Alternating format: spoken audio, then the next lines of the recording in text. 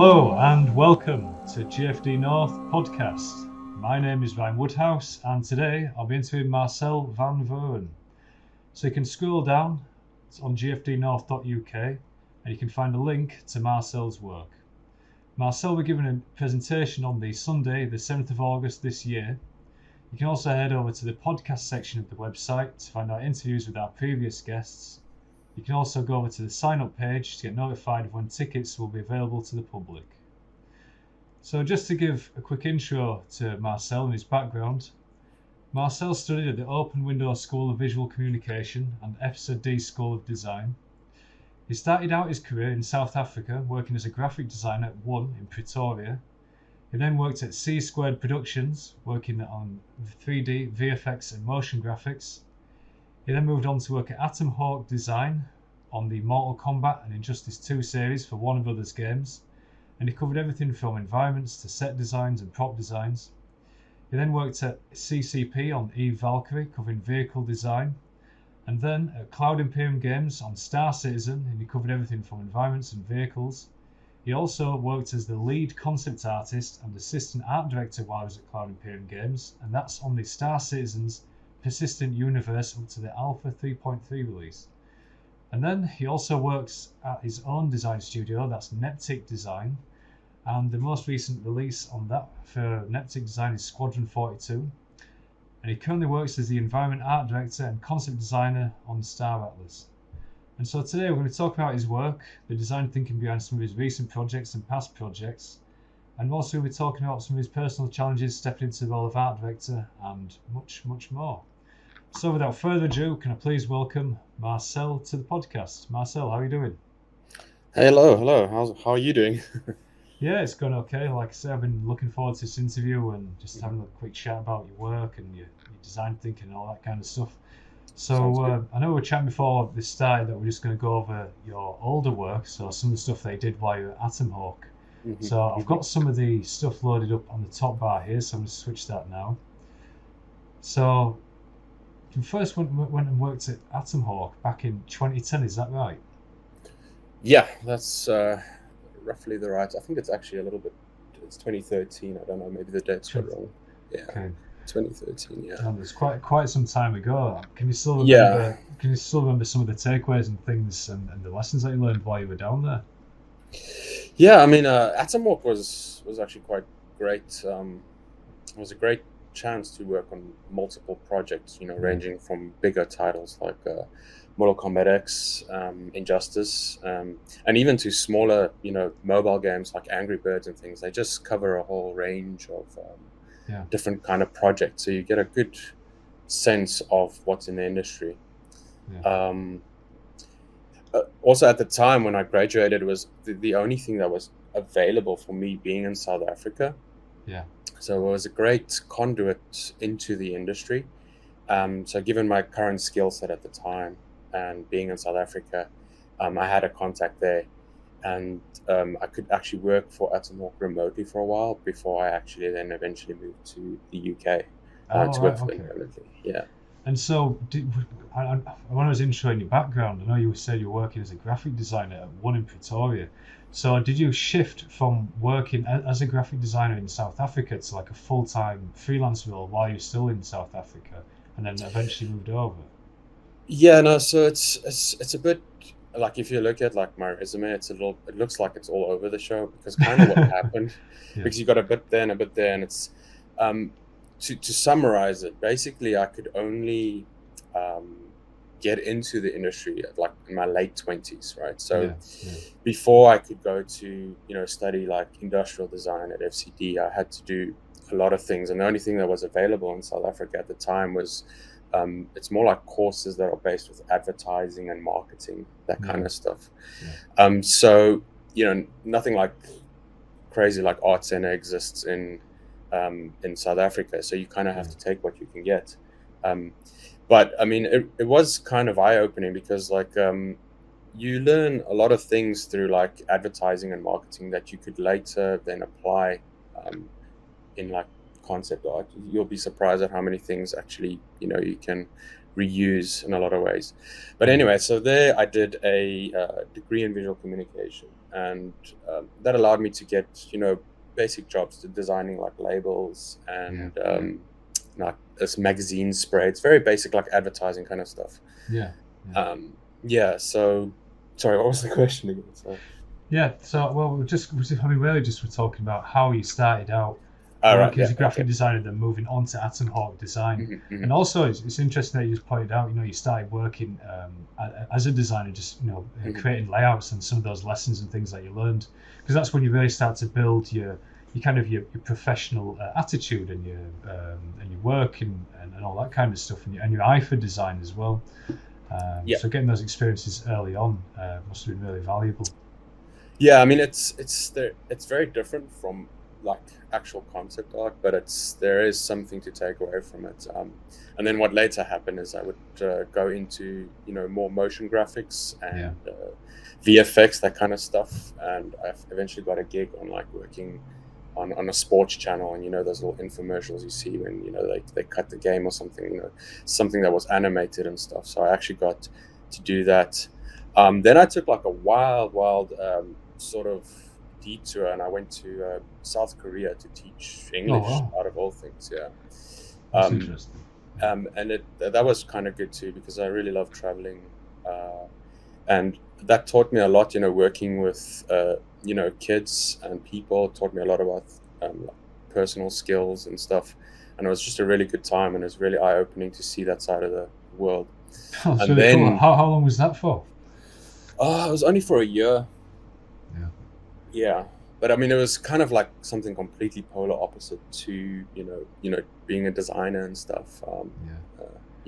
And only like after that is when I got into, or had the opportunity to get into, concept art, which was what I've always really wanted to do. But that was only towards like my late 20s that I went to Singapore to study at FCD.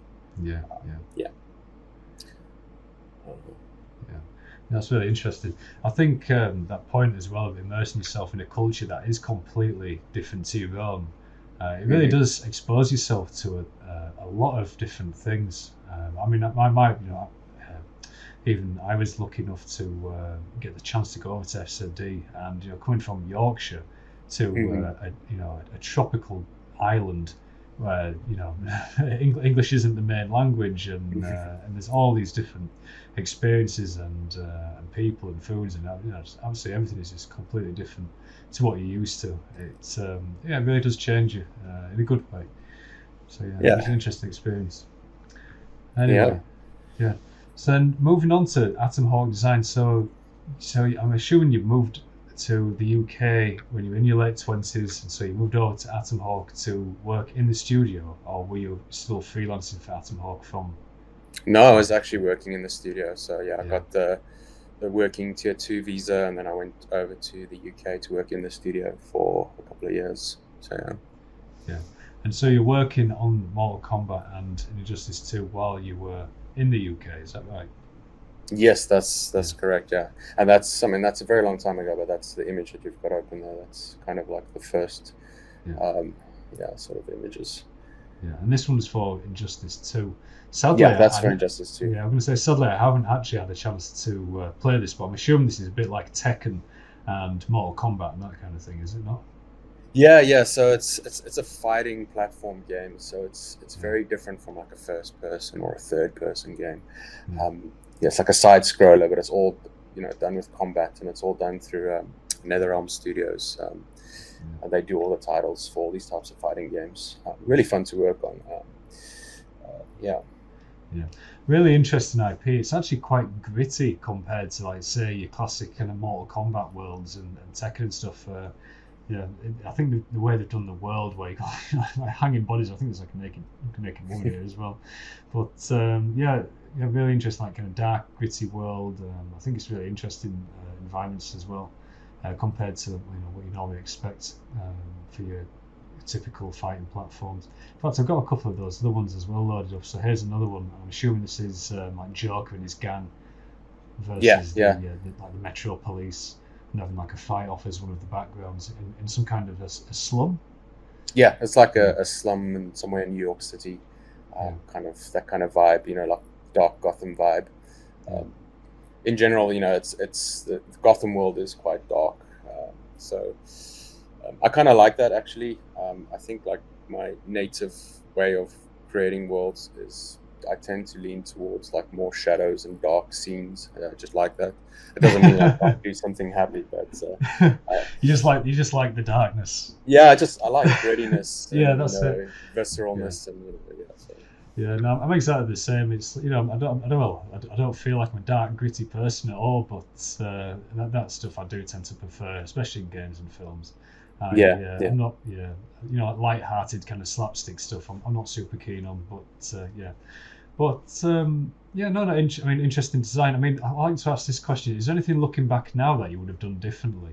Because I know this work's quite old. So is there anything that you're not too keen on, or that you would maybe have done differently in terms of Yeah, the work or process or design, or maybe yeah. I you mean, approach it everything. differently? This is the thing, right? If you look back at very old work like this, you're like, oh my gosh, I've come so far. I'm so far ahead of this in terms of the things that I've learned along the way. So yeah, like actually, one of the only reasons I still have Injustice is because I actually, the project changed direction midway, right? So I actually kind of fell into the trap where, I created a whole body of work for it, but it's just I'm unable to show, like, it's like that typical picture you see of the iceberg and you only see the tip of the project. So actually, I mean, like this kind of production painting, I think I ended up doing like 50 to 60 of them or something, but you only see a very small portion of it.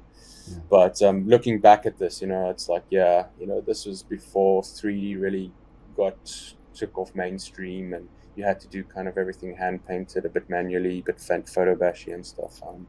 So yeah. Yeah, that's actually a really interesting point to make. I still remember when I graduated in 2014, Blender really wasn't very popular. I mean, there were a few people using it, but it wasn't very popular at all. And I mean, there's a lot of like Modo and things around, but still 3D hadn't become such a huge part of the workflow. I really feel that in our industry, the software and the workflow process, it's changed so much in such a short amount of time. It's really been quite massively, massively, yeah. Which I mean, it's not necessarily a bad thing. I mean, the quality of the average work now is obviously very high, and you're able to get a very photorealistic piece done quite quickly. Yeah. And to go back to as well, you said you did a lot of work on this project, so like 40 or 50 pieces, and I think as well, which for the beginners out there, there's also a lot of roughs and a lot of iterations as well on top of that, is there not?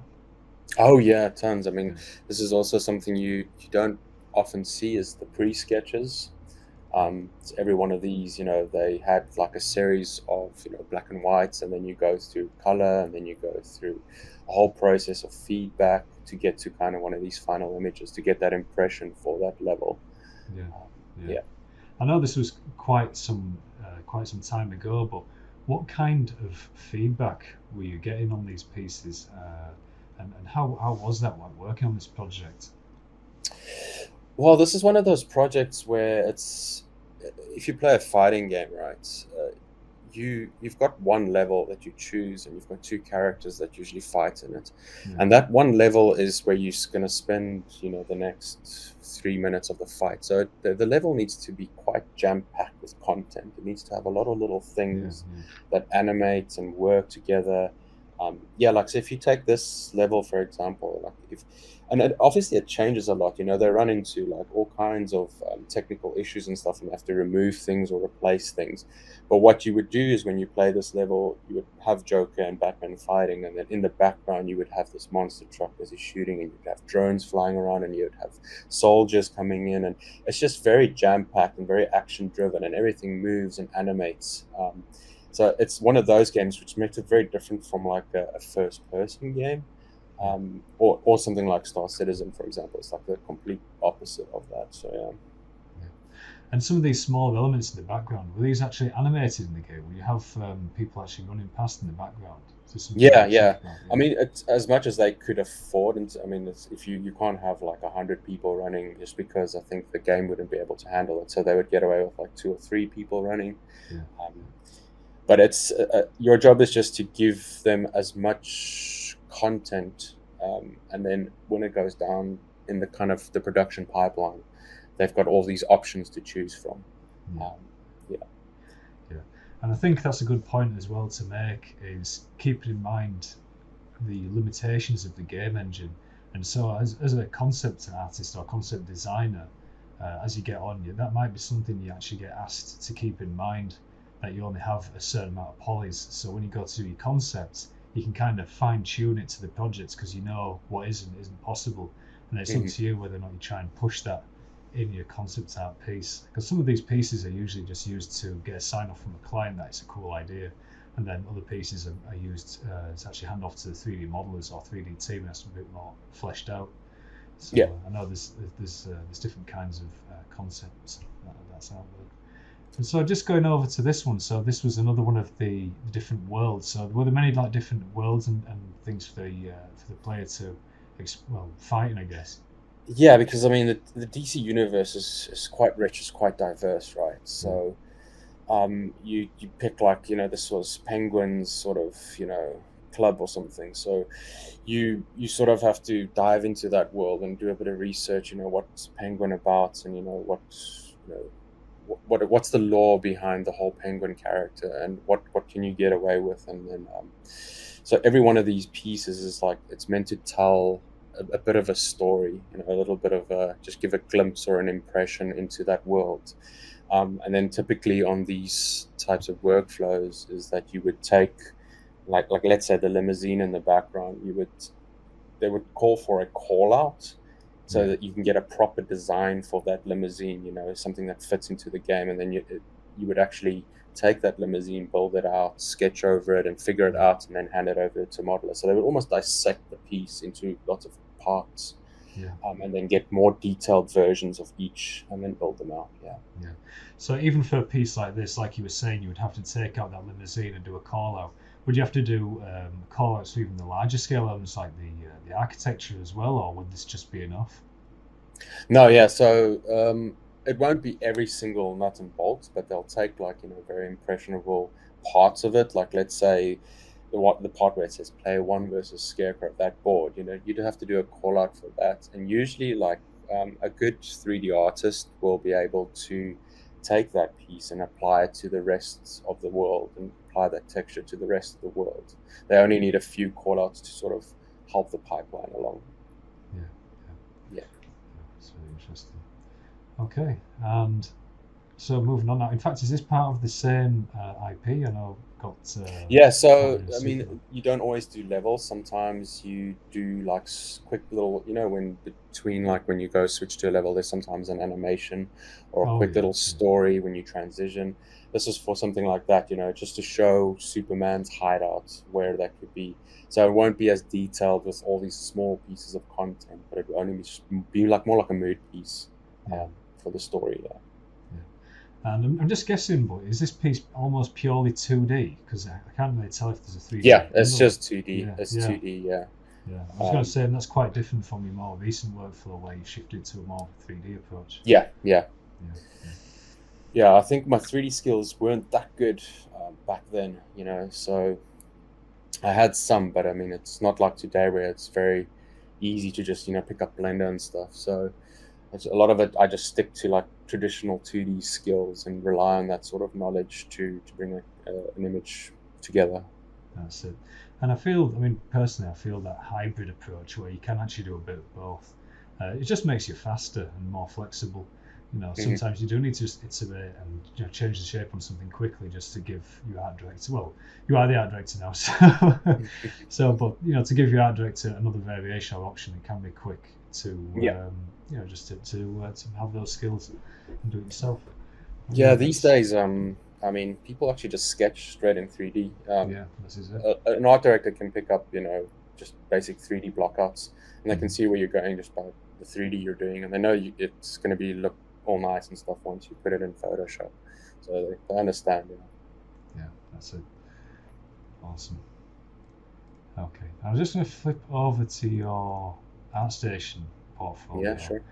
And we mentioned before the chat, I've got this Star Citizen piece, and I think this is a really good piece because it actually shows some of the initial thinking and rough design ideas and also it shows the final 3D model as well. And so I Mm-hmm. thought it'd be really good just to maybe chat about what kind of your initial inspiration was, and just like how many of these did you go through, and what was some of the feedback that you received as you went through each stage. So maybe we can start out with, which is the very first sketches you did with? Was it these ones or? Yeah, it's a mix of those ones. Yeah. Yeah, I think for this, the basic brief was that the player in the game needed to get from one point to another via some kind of large-scale gateway that would fit all ship sizes from small to big. And the shapes or the early explorations were mostly driven by functionality, and then also following like basic design principles. Maybe it would be a black hole generator, maybe it would have several stages of activation, maybe some sort of futuristic technology. You have to go through all these kind of thoughts, and just try and provide as many kind of sketches, shapes, options to the client, in this case, which was Star Citizen. So I mean, in this particular case, the client then really liked the idea of just having a simple mechanical donut, basically, just made up a ring for all intended purposes. So so the next phase was just after these sketches. I mean, it was just you pick one, and then you have to go through some good references. You look at oil rigs, you look at bridge construction, and you look at all these little kind of details that you would get in those worlds, and then you just apply it to your design, and it needs to kind of make sense. But I mean, it's science fiction, so you can still get away with a lot of things. So I looked at oil rigs, airports. I even looked at like the Large Hadron Collider, just to get some of those details in there and stuff. And then, of course, you need to be able to illustrate it and present your work as a final product. So then all those skills come back. Yeah, that's it. Yeah, I can really see on some of these you really did kind of push away from what you would expect. I mean, I love this one, which is kind of like disintegrating. It's like held together in this donut shape. You've got all these parts like fragmenting off. It almost looks like it's exploding or something. Yeah. And then you got like a classic like Saturn ring type of deal going on. So some of these are really out there. This one, it's like long tail. Yeah, really interesting. Cool to see you go through that process as well. I'm sure there'll probably even more than this. I know the tendency is to do 50 or whatever and really push it out there. So the next stage after this then, do we have the block out? Is it from this over to this? So I mean, you go by the sketch, and then you take a sketch and you start dissecting all the details that you're going to need, making a list of all the parts. And looking at those references again, very important to have your references real world scale, and just base it on as much reality as you can. And then you just start building it. It's like putting a kit bash thing in real life together. Like when you get a model kit of a tank or something, you just start building these pieces together. You sort of prepare them first. You say, I've got a gantry, and I've got a railing, and I've got like a small silo and stuff, and you prepare all your pieces, and then you just start kit bashing.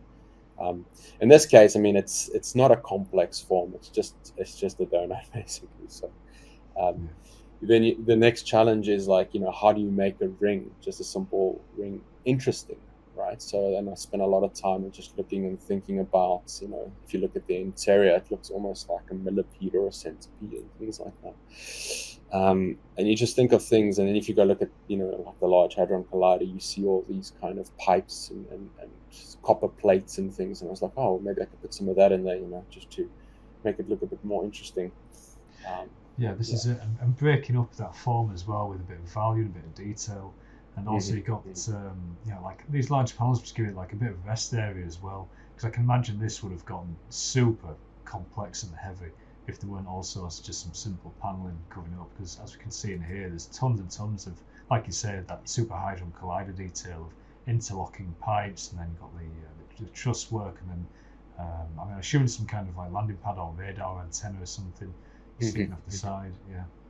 And also at this stage, we also like keeping things in mind for the people down the line, so it had to be say, a certain amount of polys? Did it have to be quite clean, or how close to the final 3D model was this? Was there still quite a lot of work to do after this, or? Yeah, I think it was relatively close. I mean, like, you don't necessarily focus on, handing it to the next guy and it needs to be clean and stuff like that. I mean, it should never like stop your process of being creative. I mean, those guys are really, really good at like dissecting your concept mesh basically, and they'll take it apart and they'll make it work within the engine. And 9 out of 10 times, it will even look even more or better. Yeah, most of the time. So yeah, this is it. And that process of taking that mesh and making it game engine ready, I have mentioned this in a couple of the previous episodes. It's an entire job in and of itself. It takes a lot of time to get that thing working right and properly optimized. Technical artist, I think, is the correct term. Yeah. For that. Well, it's a mix of different types of disciplines to make it work. Yeah. Yeah, this is it. Yeah, that's interesting. And then I can see as well at the very top, so you've got some keyframes and just some illustrations of showing this thing in action. So you've got the thing exploding with energy and a ship as well, just like flying into it. So yeah. Well, that's another stage of it, because it's a large part of it is visual effects driven, right? So the effect that the thing generates and the animation, that sensation. So you're kind of thinking about the experience that the player will have.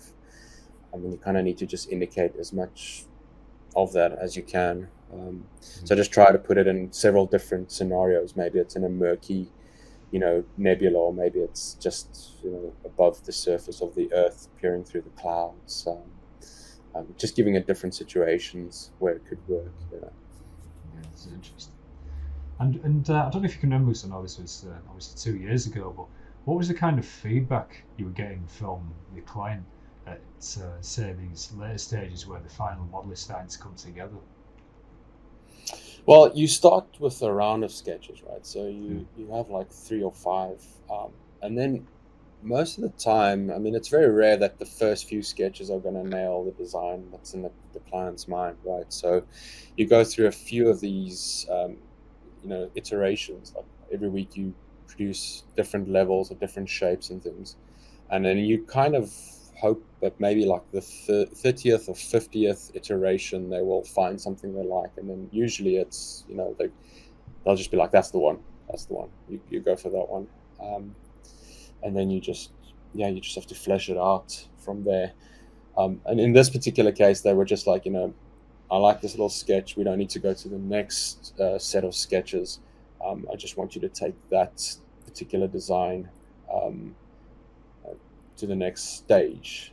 So, like, they would say, like, if you look at that sketch that you've got there, right? So they said, if you look at number 1, for example, here we go.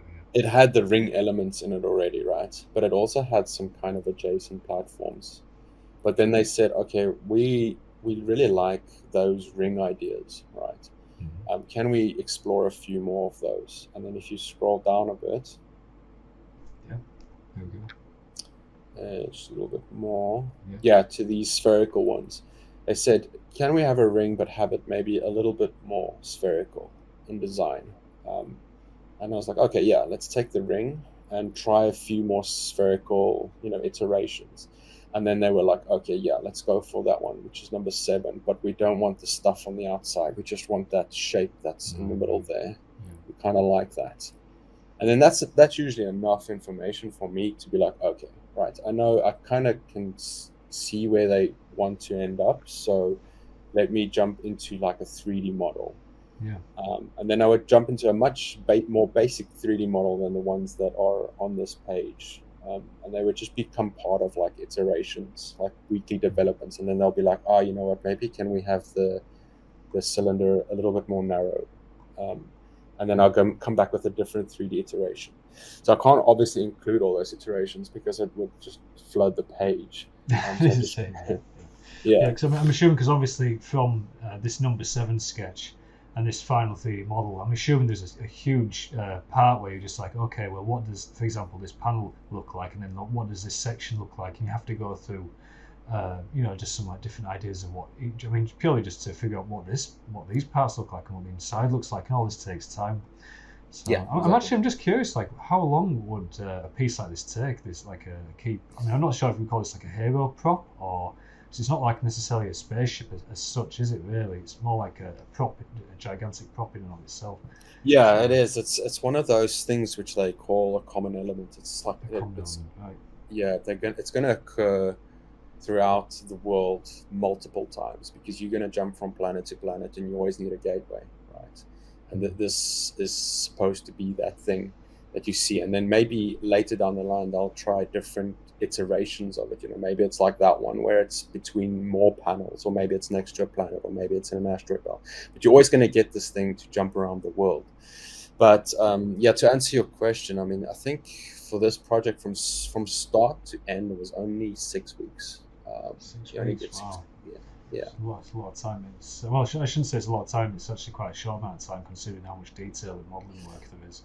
Yeah, and it's standard work days, so it's like it's based on studio times. Yeah.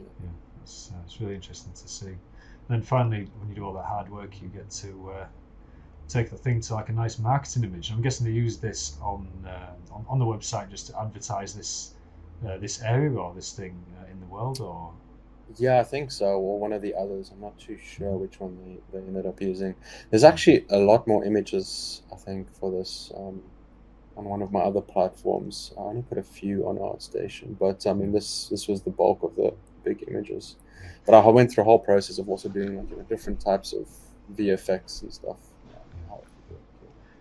Actually, as well, just for the people watching this, if you just head over to the description and click the link, you can actually just watch a short video clip of how the team created some of the effects in Houdini for this. I actually had a quick watch of this. It's actually quite interesting. So I'd actually recommend just going to the YouTube link in Marcel's description here and just check that out as well. It's quite interesting. Yeah, so that's really interesting. So I'm just wondering, and I know there's like different factories in the Cloud Imperium universe. So were there like different factory versions as well of this thing? So that could have been quite a cool idea to explore. I'm assuming there would have been more after this. Yeah. I think maybe this would be like the base foundation, and then they would expand on this basic idea and give it different kinds of skins, as you would call it. Yeah, exactly. Because this could have been like a Crusader, like kind of white, clean paneling type thing. It could have been like Crusader factory. But super. Yeah, really interesting to hear the background about that. I was really curious about that one. Yeah, nice. Yeah. Now I think just like jumping over to maybe we can talk about some of the water world stuff. So maybe just check out maybe part. I think part 2's got some of the rough sketches. So this was something you did with Jama Jurabayev. I'm sorry, Jama, I think I just butchered your surname. But for the concept art, for classic British style of not getting anybody's name right. But anyway, forgive me. So I'm surprised you got mine right. Oh, this is it. It's classic, British arrogance, always getting the names wrong and not being able to speak any other language. But anyway, forgive me. So no, don't worry. But I liked this one because it actually has like all the rough, some of the rough iterations and things, and it's also one of my favorite films as a kid, like Waterworld. And for anybody who hasn't seen it, it starts out with this one bloke on this absolutely crappy looking raft, and he's out in the middle of the ocean. He's like drinking his own urine, and the entire planet's just been flooded, and there's like punk, I remember there's this gigantic like barge or something, and it looks like something like Mad Max on the water. It's such a cool film. I know people have like different feelings about it, but it was a personal favourite of mine when I was younger. So I mean, do you want to just chat about like how you started this project then? Like, how did you decide to kind of like push this in a different direction? Because this looks, completely different to the actual old film, which I think was probably released in the 90s, I assume, at some point. Yeah. So it's the general topic is just Waterworld, right? So, I mean, there's no like concise. It doesn't need to be related to the original movie, even though we all looked at the original movie for what they did. But it's your own interpretation of what this sort of world could look like. So I mean, This was a very fun project to work on, and it was a very big eye opener in terms of storytelling and narrative design. Coming from that heavy Star Citizen industrial way of thinking, and now you have to think about narrative and story and illustration-driven style. So it's almost like going, from Injustice to all this Star Citizen stuff, and then coming back to kind of more like story stuff. This was also at the start of the pandemic, where I had a bit of downtime to learn some new techniques and stuff. So it was just good timing. It was also a very short and precise project. It's only like 6 weeks to give you like a basic introduction to what it's like working on movies. And Yama's incredibly talented and very good at depicting narrative through movement and super experimental with like new softwares and stuff. So this is like my first introduction to also learning Blender for the first time, because I had to switch. I just decided it was time to switch.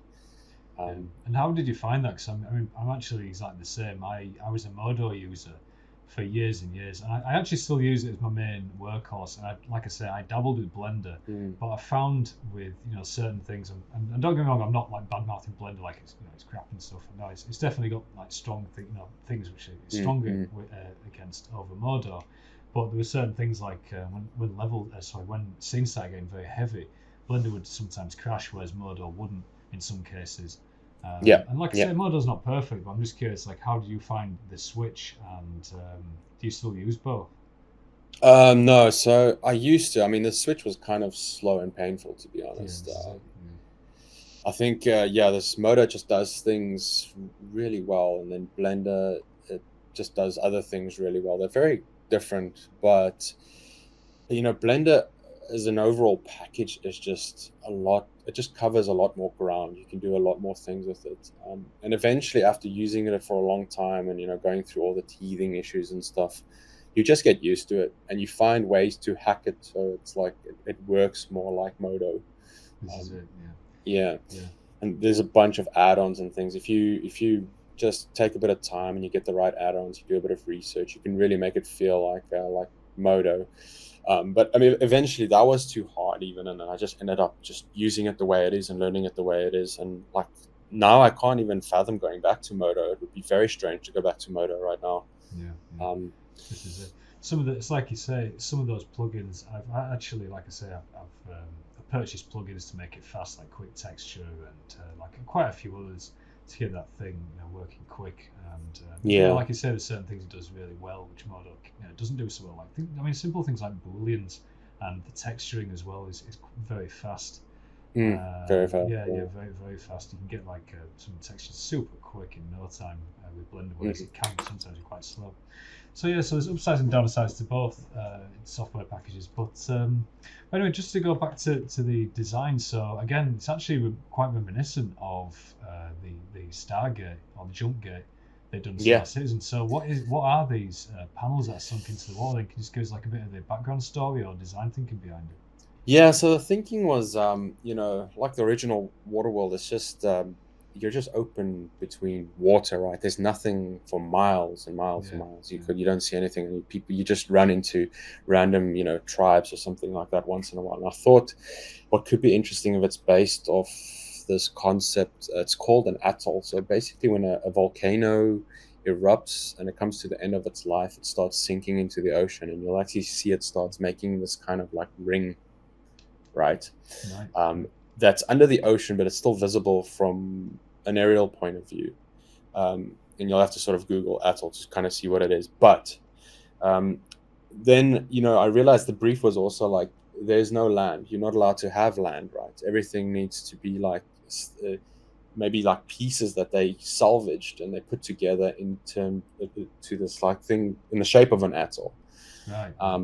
And these things on the side, it would form like a flower basically, and it would have these things because there would be waves that come once in a while, and they would crash into this kind of little, makeshift city. And that the idea between those things that raise up was to stop tidal waves from coming in.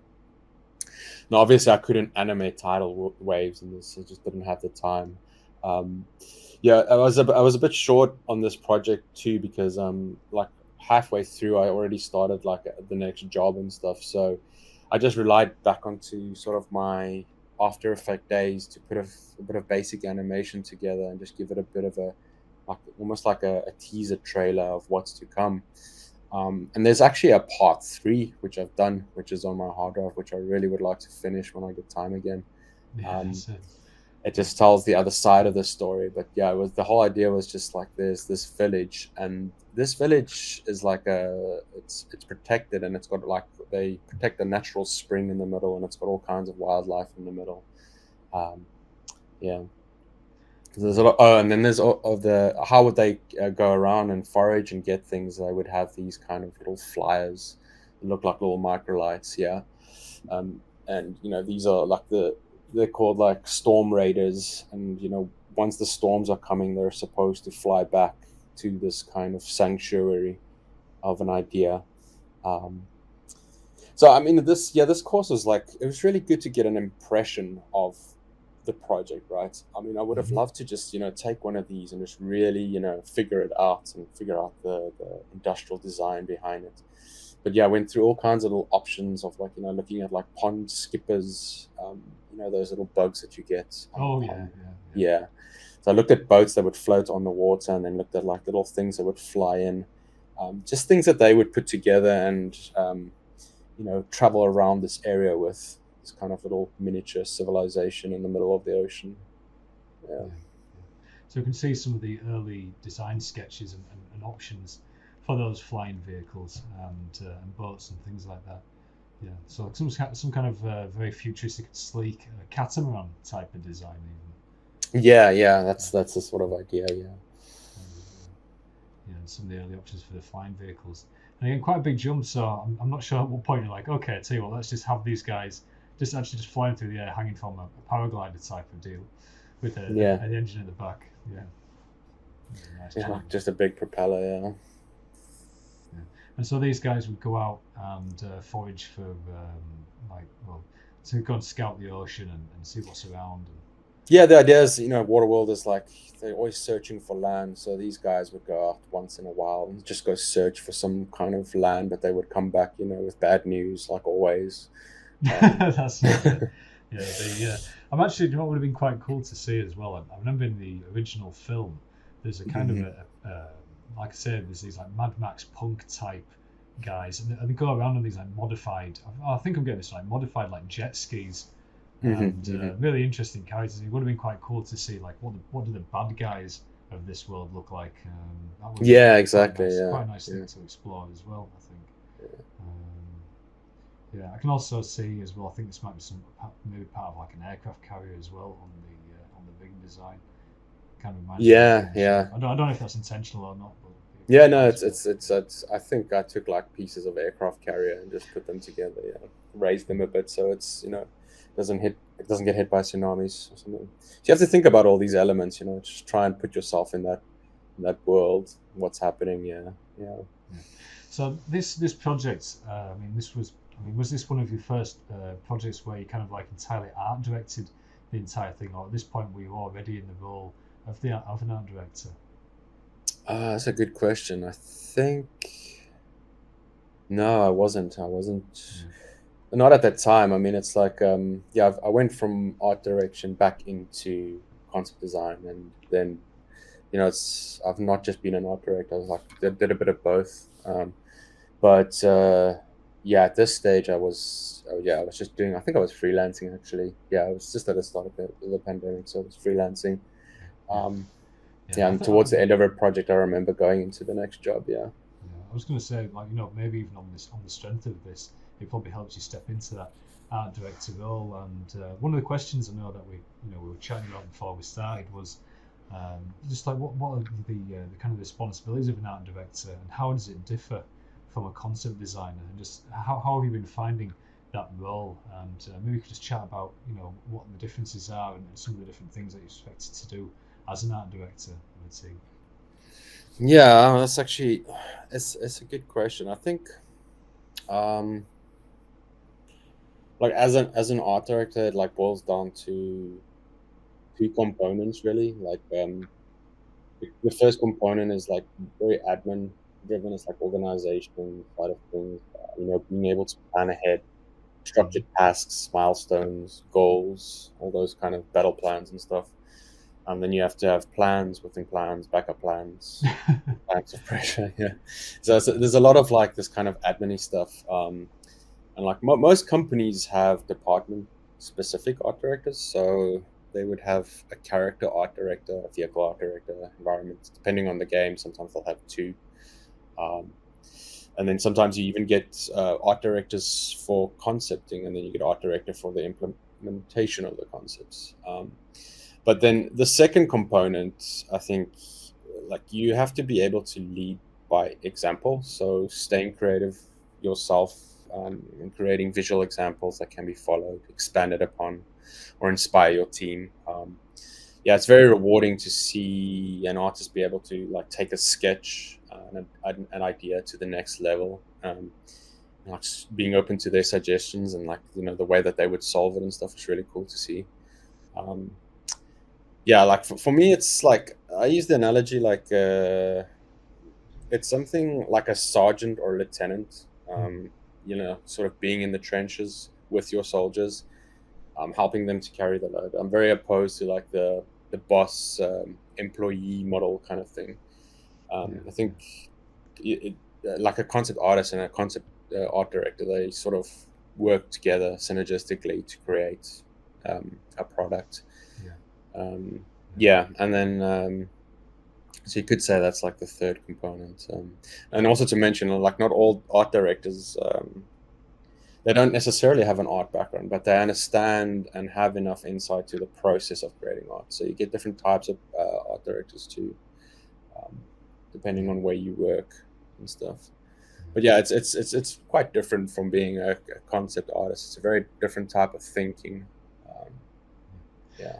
I think, I mean, just to go on that point of having the experience and being somebody who is also in the trenches, someone who has the same experience as the people that you're leading and art directing, I think is really important, because we've all been on projects where you've got somebody and they've never actually done your job before, and sometimes the art direction isn't actually super good. I've been on those kind of projects, and they don't really understand like how much time something takes. They're not really quite sure of how to lead, or they're not really sure about the time and things like that. So there's kind of the dark side of that is when somebody doesn't have the experience or they don't fully know, what the job involves. That can go down like a bit of a dark path. Exactly. Yeah, and obviously, like you say, plans and time management are really important. And I'm sure you picked up all those things like very early on in your career, starting out in South Africa when you're managing projects as a graphic designer and motion graphics, and all those kind of disciplines come very early on in your career, I guess. So for those people starting out, those early jobs, that's when you're kind of building up those skills of time management and how long the projects take, and just managing your hours and all that kind of stuff. So it really does, I guess, come with experience. It does definitely. It's like an age or experience thing, how many miles you've got, and then I think also it's you're working with a lot of different types of personalities and stuff. So there's like a personal aspect to it too, like a type of sensitivity that you need to develop when working with people, because all artists work a little bit differently. And you sort of have to respect that, and you have to work with different ways that they work, and then just sort of bring things together. Yeah, that's so true. I mean, we know people. I should say, I know people. They are most awake later on in the day. The more night owl type, and so their best work is actually much later on in the day. Whereas I'm more of a guy. I actually like to practice first thing in the morning, because that's when I'm freshest. And so I try to get all my most difficult tasks done very early in the morning, and then everything that's like answering random emails and all the admin stuff comes much later on when my brain's kind of tired. So, that's like, it, right? This is it. And so it's like you say, everybody's different, and I guess you got to play to people's strengths and know what kind of like when they're getting tired, when they need motivating, when something's too easy for them, or they need more challenge. Yeah. I guess you got to factor in all these things. Yeah, so a lot of people or artists they prefer like feedback on a constant basis, or they almost have a very open discussion with the director. And some people they work better if you give them a task and you give them like a few days, and they'll come back with some amazing stuff. So it's just these different types of characters that you work with. Yeah. Do you feel that some people need more kind of like direction than others, and then some other people kind of need some boundaries set on because of it too much of a wild card? Or yeah, I mean, it also depends on their experience level, I guess. But yeah, some people, it just depends. You have to sort of deal with it, like depending on the person. But yeah, some people they like a more structured approach, and some people like a more creative approach. So it's just something that you sort of set up for them. It's important to sort of you have to be open to the way that everybody works as much as you can, and just try and make the schedule fit around that. And there's obviously like even art directors get their instructions, from game directors, writers, whatever the case might be. But both roles, artist or art director, they fit into a large machine, and that machine follows a hierarchy of production. That's it. It's just like a factory with different parts working to pull together. Well, hopefully a very creative and fun factory, though. Yes, it's very important to be able to have fun. I mean, you're in the industry of making fun. You're literally creating fun, so you should be having fun. Yeah, this is it. I mean, we're all so lucky to do what we do. I mean, there's such worse jobs out there for sure. Absolutely, yeah. You know what I mean. I mean, there's some tough jobs out there you don't want, trust me. And yeah, so it is a really fun industry. And actually, going into that, it can also be sometimes a tough job. I know a couple of times during these podcast series, we talk about things like burnout, and it is very easy to work yourself too hard and put in a ton of hours. And I don't know about you, but I can remember times when I was first getting out, and the tendency was just to push as hard as you can, smash loads of coffee, and but then you end up losing time in the long run because you wake up some days and you just can't even put your brain to the work, and you end up getting too tired, your brain can't focus properly, and you get these symptoms of what they call burnout. So you do have to be quite careful and balance your energy. And I don't know if that's just a thing of now I'm 31 and kind of cracking on a bit, and maybe I just can't go as hard as I used to do when I was younger. I don't know, but oh, and you're 31, but how many burnouts have you had though? Well, I mean, I've got to be honest with you. I mean, it's quite a few years ago. The tendency was just to I'll just keep on pushing. Going I'll just keep going until 2 in the morning. But then you realise. You track your productivity, and you realise, actually, you sat there, and the work isn't coming out, and you're not producing as much as you can, and you're like, okay, well, how long is this going to go on for? And so you really got to be careful and play that. If you really notice that you can't put your brain to the task, and you find it difficult to even concentrate, I think that's a good sign that maybe it's time to either change the task that you're doing.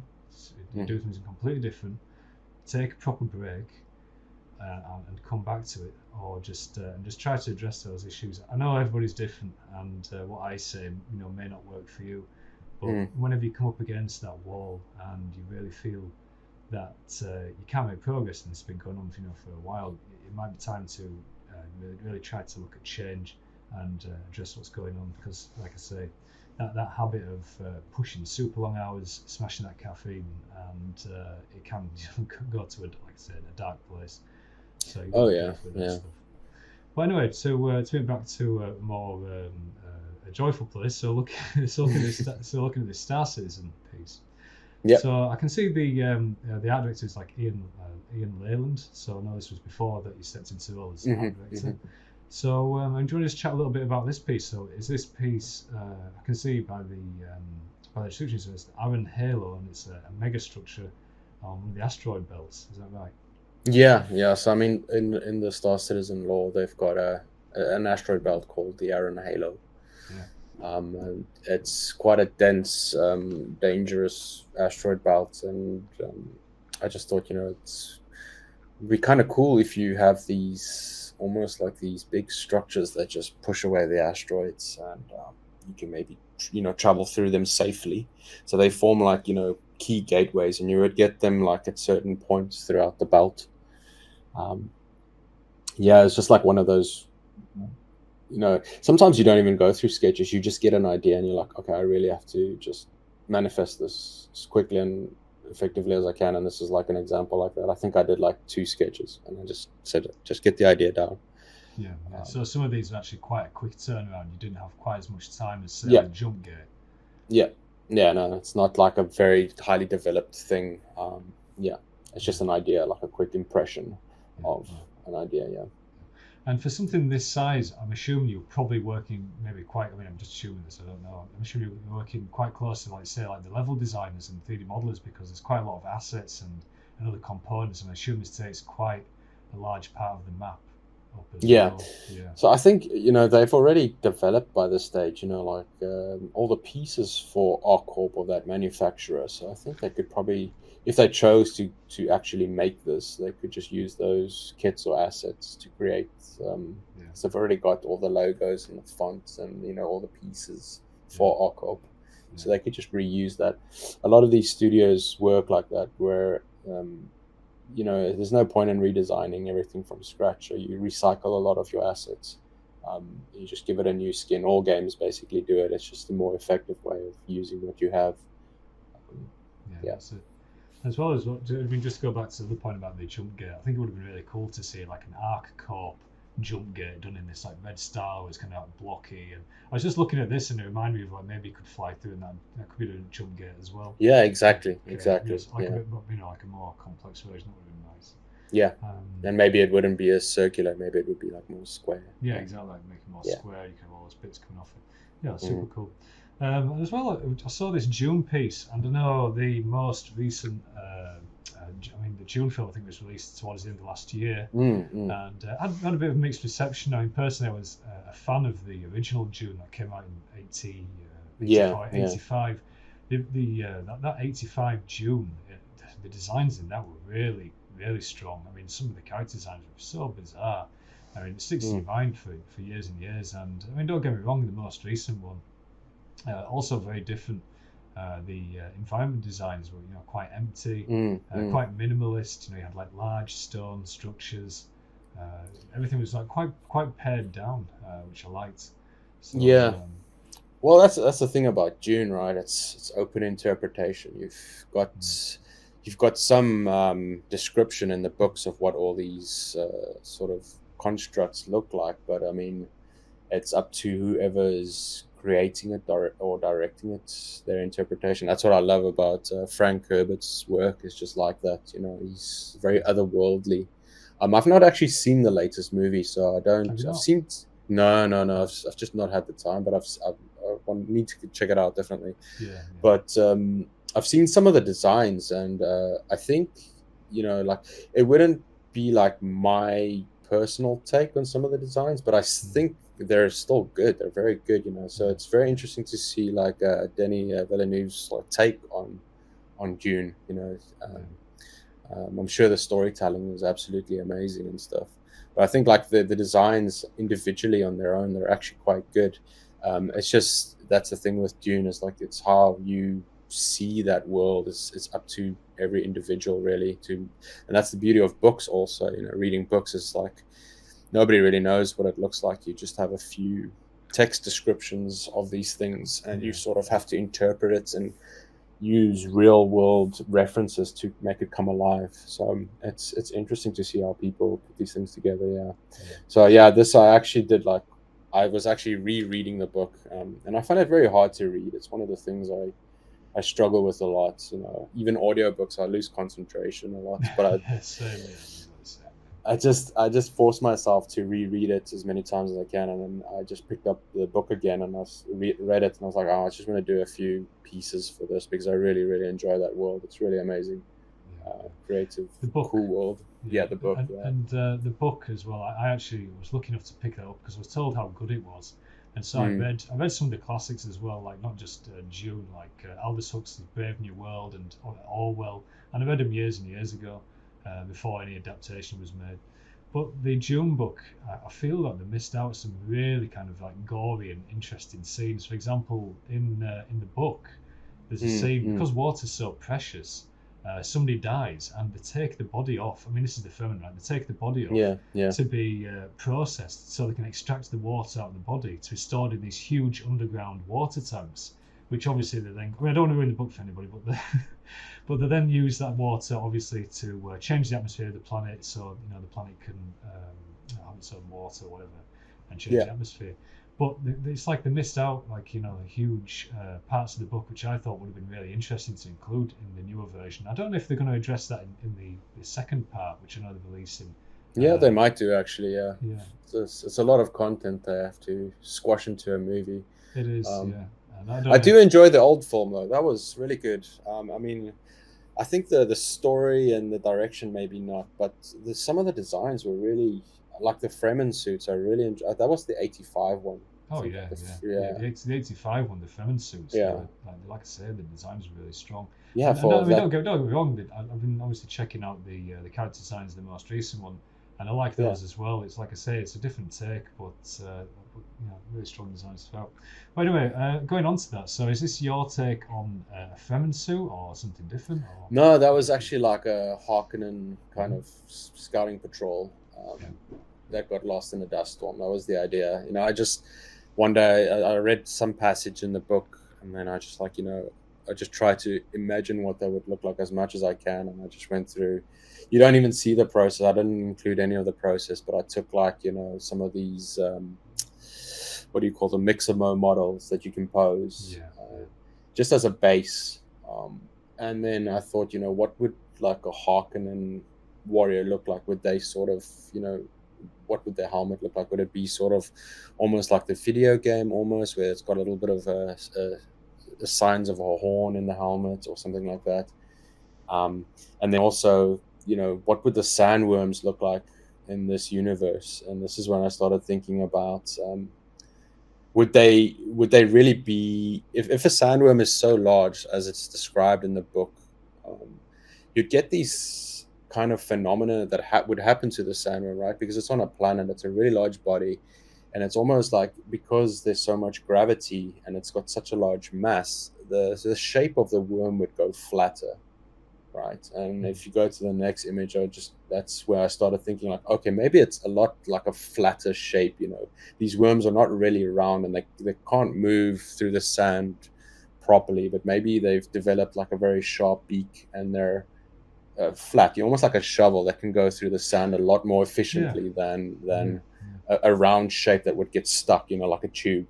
It just the way that the book described it, was like, that would get stuck in the sand. So I had like a fight internally, or like, the physics of it just don't make sense.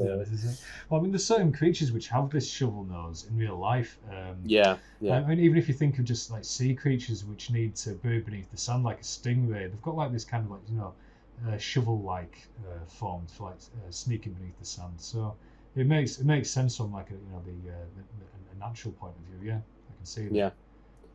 Yeah, just different versions of beaks and things like that. I just and then I just ran out of time again. I would love to just carry on exploring this further. I think it's interesting because every time I see somebody's take on Dune, their sandworm is slightly different from like the film adaptation. So it's like everybody's got their own take on what the worm should look like. Yeah. Which I always think is interesting. Yeah. Oh, that's the beauty of the book, and that's why you can't really like the latest movie. It's it's its own take, and it's got its own elements, and they're all interesting, and that's the beauty of that book. It's really interesting. Awesome. And now I just want to like fast forward to some of your most recent stuff. I know you sent me over some stuff you did with Graphene. That's Gary Sanchez's studio, right? Yeah. That's his studio. Yeah. So was this an internal project or something for a client, or what was it? No, this was done for Gary and his studio. It's just like an internal project we just sort of did together, where he would sort of direct it and I would just create a little world. And it was to create a bit of more awareness for Graphene, the studio, so that they, can invite a different type of style of work. And actually, like straight after this, we both started working on Star Atlas. So this was right at the end of when I did these. That's when we started working for the Star Atlas guys. Yeah.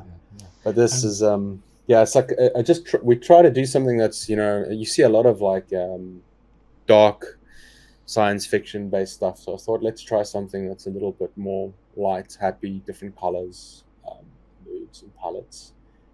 So it's just kind of like that, Yeah, true. It's actually quite different from your Star Citizen stuff, because the Star Citizen world is, quite dark and gritty, high-tech steel plates.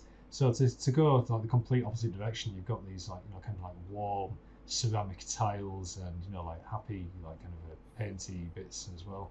Yeah. So what is there a functional reason behind this building? Is it some kind of generator, or I can see there's like wires and things?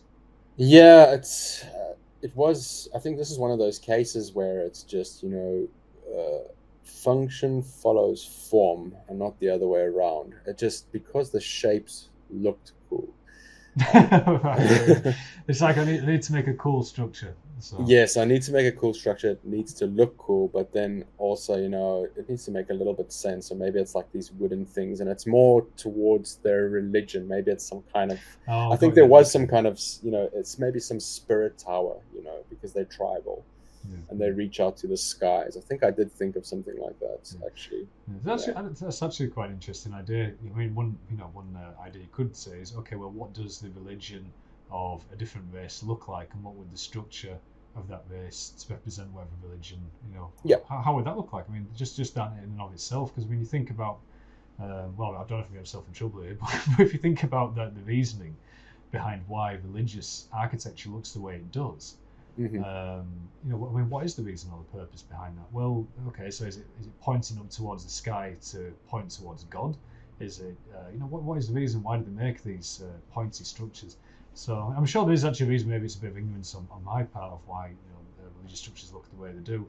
But I think another reason is, you think about churches in England. At one point, they probably would have been the largest structures in the town, and they would have been easily visible to everybody living in the town from all over. And so going to the church on a Sunday was something that everybody had to do. And so being able to clearly see this big tower on the horizon. And it's got a bell in the top. It has a functional purpose as well. So it's got a bell on the top. Everybody can see it very easily. So it was a place that everybody would meet and chat with the neighbours, and obviously listen to the Bible and everything else.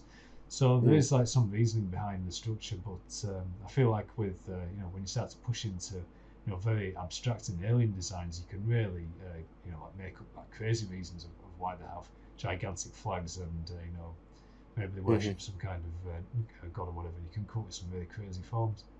Yeah, so I think I even looked at like a dream catcher. Yeah. And I just thought maybe it wards off spirits, these shapes on the side, and it allows just safe passage to the heavens, something like that. You always see that in a movie. But there's always a reason behind every architecture and stuff. And somehow subliminally just makes its way into your work. Actually, seeing some of these flying creatures in these gigantic mountains, it's almost like a warm avatar. I don't know if that's the intention, but something remind me of that kind of alien avatar species. And also got a cool keyframe here showing some kind of like a priestess or a queen or something. These guys, I'm guessing these guys are visiting the planet or are visiting the structure or something. Or? Yeah, so they're like visitors, or they're just nomads going through the area. And then I felt like I needed to do like that one shot just to tell the whole story and give the whole thing a bit of context, where you would have a character called the White Warden, and she would have her these white kind of dogs that protect her, but she's like the sort of the warden of this area, and these kind of robotic creatures are coming in. Maybe they're trespassing, or maybe they're seeking something, but they sort of have to go through the warden, and then on either side of the warden you've got a bodyguards. But it's almost like it's like this mix between science fiction and fantasy. I just wanted to try something like that where you have a lot of nice bright colors and you mix a lot of worlds, and you just try and make it make as much sense as you possibly can. Yeah, I think that's quite interesting. I think the other thing as well to point out, I know there's beginners and stuff, listen to this. I mean, you've got like ideas of like different kind of contrasts going on, and I don't know if it's intentional, but say for example, you've got like the metal kind of like high tech kind of robot designs contrasted with something like completely very organic in the same image. And I like this idea. They've got these like very organic dog elements versus like the very metallic, like stick thin robots. Yeah. It's a nice idea, and I can see some of those wires as well from the structure and the details in the background. There's also quite a bit of simplification going on as well, where you've simplified areas and put more emphasis on certain areas as well. Always trying to find that design balance and flow, rhythm throughout the image as much as you can. But this is also, I try to cap my time on this, not spend too much on this. I think, just maybe like a few days on each piece, like 2 or 3 days max. But also working in the efficient way of, first, get your robot done, get your dog done, get your characters done, get all the elements that you need to create all these scenes, and then you sort of put them together, and then you work on all the images at the same time, just to sort of finish off all the images. Yeah. And so, I mean, I'm guessing there's probably a page somewhere or something where you've like worked out what each element looks like and did like a little call out, similar to this here, right? Like the tree and cool. And then we can see in the final on this final shot like an overview of the entire landscape. And, I thought it would be interesting if you have some kind of flooded plain that goes into this kind of, like a crevasse or a depression or something. And then all the architectures around this, and this would be kind of like a central point or a point of importance that visitors would go through. Nice. And you can see like you've got the background just disappearing into shadow and fog, making all this area quite simple. So you got like a large area of rest, and then a lot of detail on the focal point.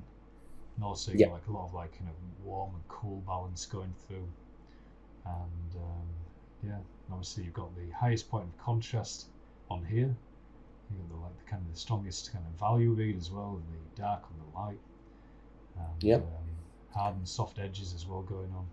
So there's loads like little principles of contrast as well, which take a while to pick up for the beginner, but over time. In fact, just to go into that, one of the things I used to do, and I think it's probably a good point for students and stuff, I used to take people's work or film compositions and not only analysing things like composition rules, so for example like leading lines.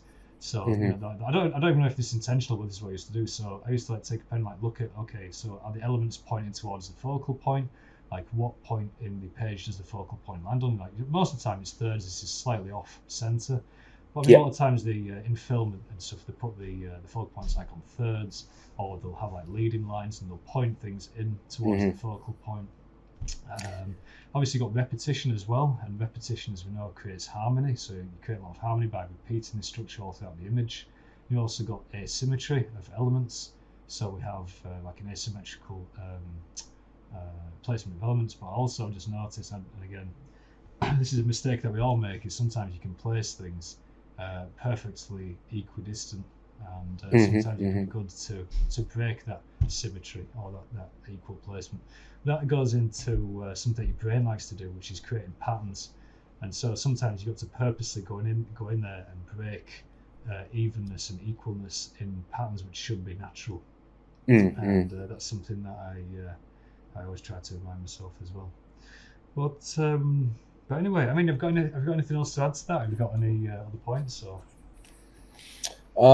No, but I mean, it's true what you say. Like the way the the brain or the eye works is it tries to find lines, and the lines lead towards certain points.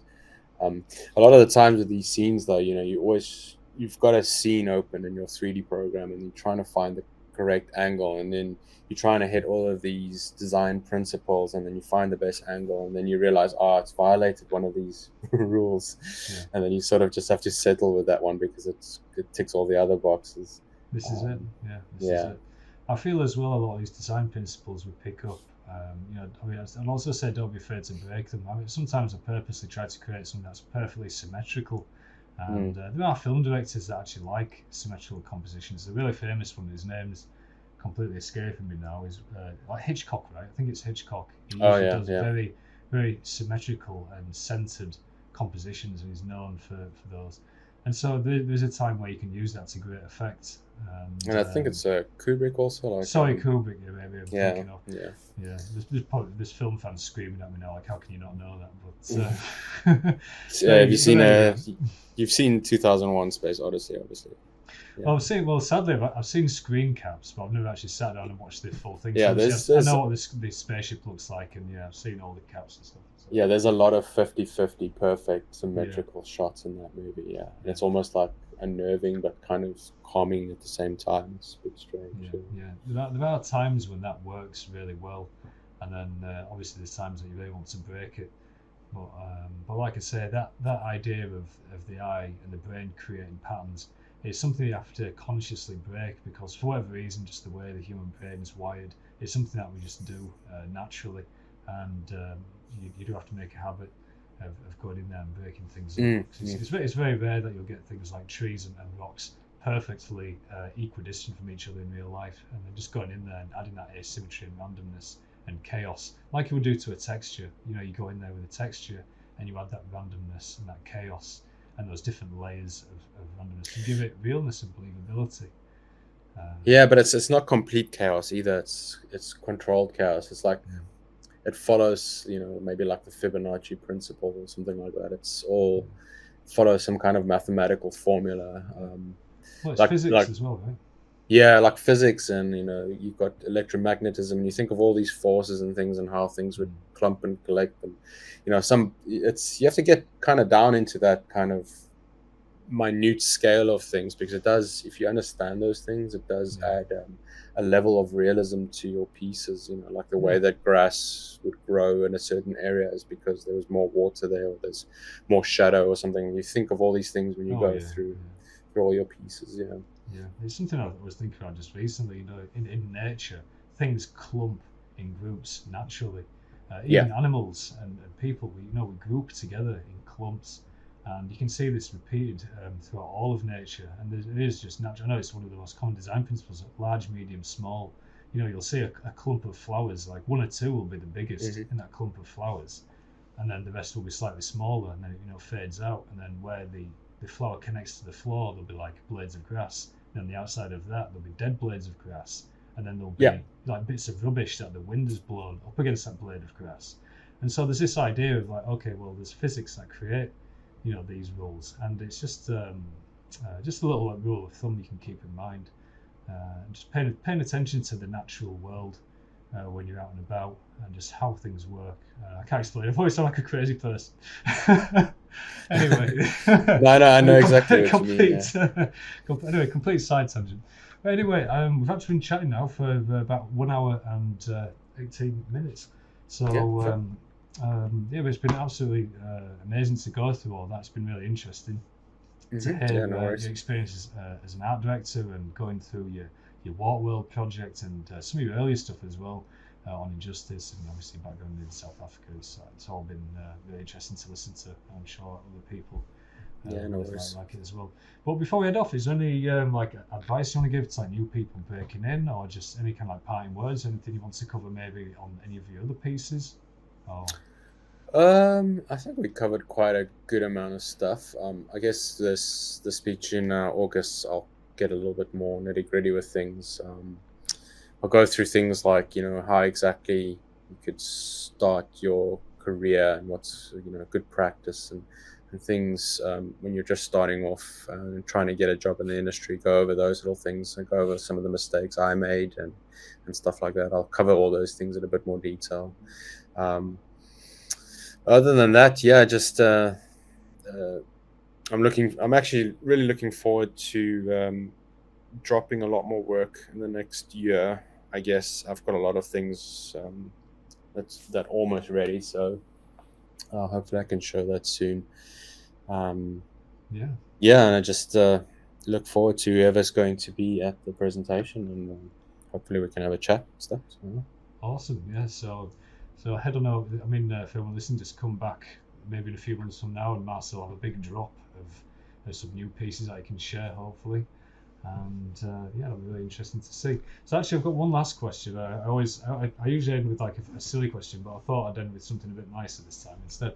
So I was, so I sent an email over, and I was saying, I was just mentioning how the UK has crap weather most of the time, and I know like barbecues are all I think it's called braai. I don't even pronounce that right.